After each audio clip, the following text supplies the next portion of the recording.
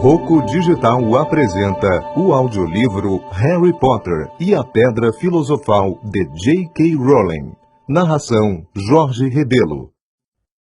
Para Jessica, que gosta de histórias. Para Anne, que gostava também. E para Dai, que foi quem ouviu esta primeiro. Capítulo 1. O Menino que Sobreviveu. O senhor e a senhora Dursley, da Rua dos Alfeneiros, número 4, se orgulhavam de dizer que eram perfeitamente normais. Muito bem, obrigado. Eram as últimas pessoas no mundo que se esperaria que se metessem em alguma coisa estranha ou misteriosa, porque simplesmente não compactuavam com esse tipo de bobagem. O Sr. Dursley era diretor de uma firma chamada Grunnings, que fazia perfurações. Era um homem alto e corpulento, quase sem pescoço, embora tivesse enormes bigodes. A Sra. Dursley era magra e loura e tinha um pescoço quase 2 vezes mais comprido que o normal, o que era muito útil porque ela passava grande parte do tempo espichando-o por cima da cerca do jardim para espiar os vizinhos.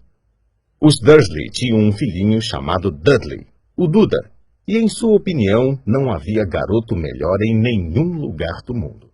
Os Dursley tinham tudo o que queriam, mas tinham também um segredo. E seu maior receio era que alguém o descobrisse.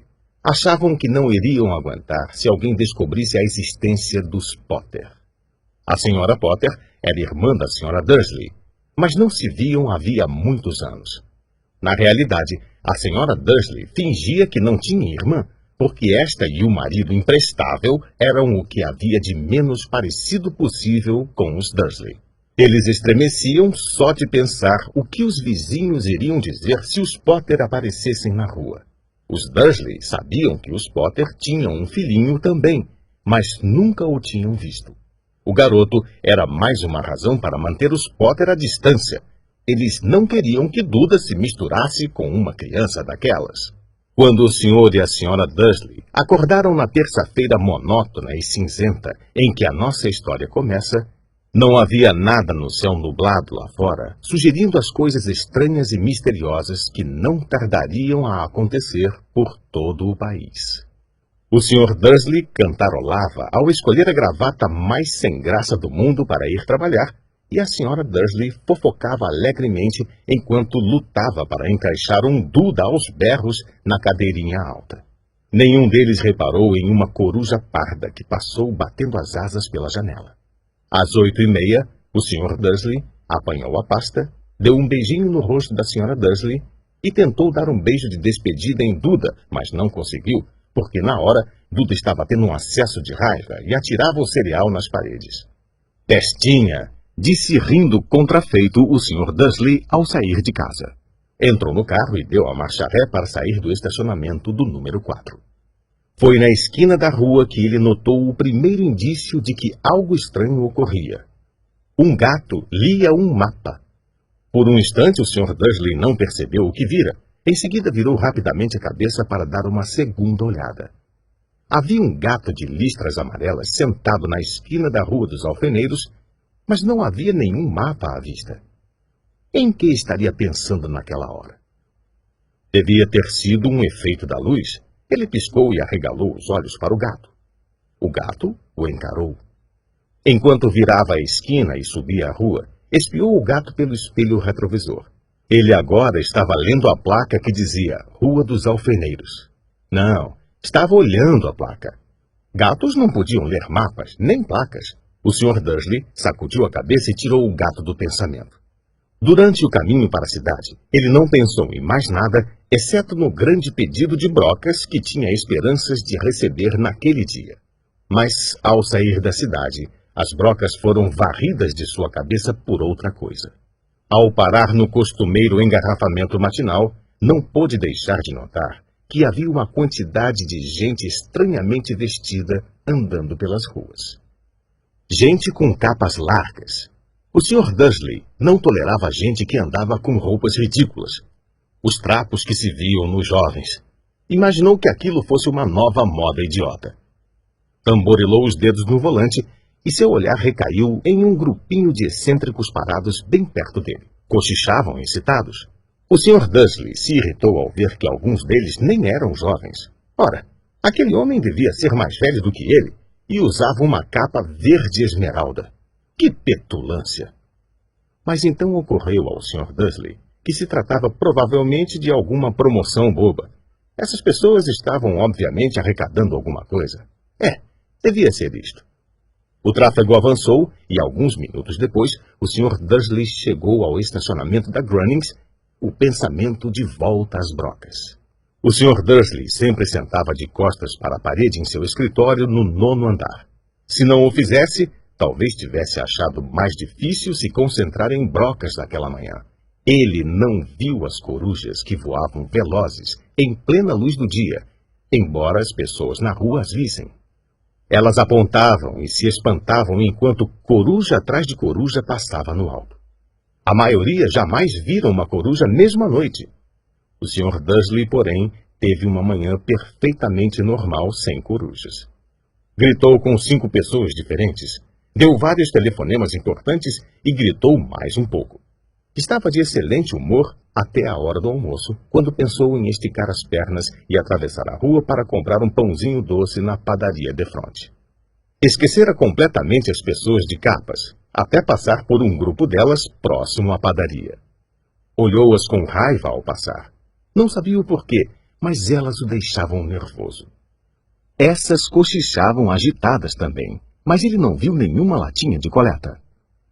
Foi ao passar por elas, na volta, levando uma grande rosca açucarada em um saco, que entreouviu algumas palavras do que diziam. Os Potter, é verdade, foi o que ouvi. O filho deles, Harry. O Sr. Dursley parou de repente. O medo invadiu-o. Virou a cabeça para olhar as pessoas que cochichavam como se quisesse dizer alguma coisa, mas pensou melhor.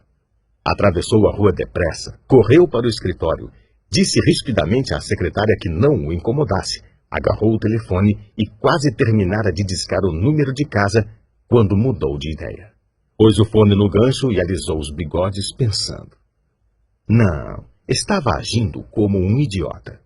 Potter não era um nome tão fora do comum assim. Tinha certeza de que havia muita gente chamada Potter com um filho chamado Harry. Pensando bem, nem sequer tinha certeza de que o sobrinho tivesse o nome de Harry. Jamais vira o menino. Talvez fosse Ernesto ou Eduardo. Não tinha sentido preocupar a Sra. Dursley. Ela sempre ficava tão perturbada à simples menção da irmã. Não a culpava. Se ele tivesse uma irmã como aquela... Mas mesmo assim, aquelas pessoas de capas...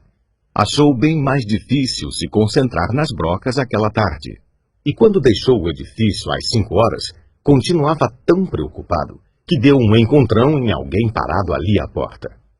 Desculpe, murmurou, quando o velhinho cambaleou e quase caiu.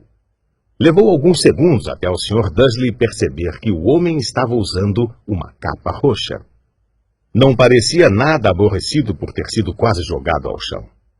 Ao contrário, seu rosto se abriu em um largo sorriso e ele disse numa voz esganiçada que fez os passantes olharem. Não precisa pedir desculpas, caro senhor, porque nada poderia me aborrecer hoje. Alegre-se, porque o você sabe quem finalmente foi-se embora. Até trouxas como o senhor deviam estar comemorando um dia tão feliz. E o velho abraçou o Sr. Dursley pela cintura e se afastou. O Sr. Dursley ficou pregado no chão. Fora abraçado por um completo estranho. E também achava que fora chamado de trouxa, o que quer que isso quisesse dizer. Estava abalado. Correu para o carro e partiu para casa, esperando que estivesse imaginando coisas, o que nunca esperara que fizesse, porque não aprovava a imaginação. Quando entrou no estacionamento do número 4, a primeira coisa que viu, e isso não melhorou o seu estado de espírito, foi o gato listrado que notara aquela manhã. Agora, ele estava sentado no muro do jardim. Tinha certeza de que era o mesmo. As marcas em volta dos olhos eram as mesmas. Chispa! Disse o Sr. Dursley em voz alta. O gato não se mexeu. Apenas lançou-lhe um olhar severo. Será que isto era um comportamento normal para um gato? Pensou o Sr. Dursley. Continuava decidido a não comentar nada com a esposa. A Sra. Dursley tivera um dia normal e agradável. Contou-lhe durante o jantar os problemas da senhora do lado com a filha, e ainda que Duda aprendera uma palavra nova: nunca. O Sr. Dursley tentou agir normalmente. Depois que Duda foi se deitar, ele chegou à sala em tempo de ouvir o último noticiário noturno. E, por último, os observadores de pássaros em toda parte registraram que as corujas do país se comportaram de forma muito estranha hoje. Embora elas normalmente caçem à noite e raramente apareçam à luz do dia, centenas desses pássaros foram vistos hoje voando em todas as direções desde o alvorecer. Os especialistas não sabem explicar por que as corujas de repente mudaram o seu padrão de sono. O locutor se permitiu um sorriso. Muito misterioso. E agora com Jorge Mendes, o nosso boletim meteorológico. Vai haver mais tempestades de corujas hoje à noite, Jorge?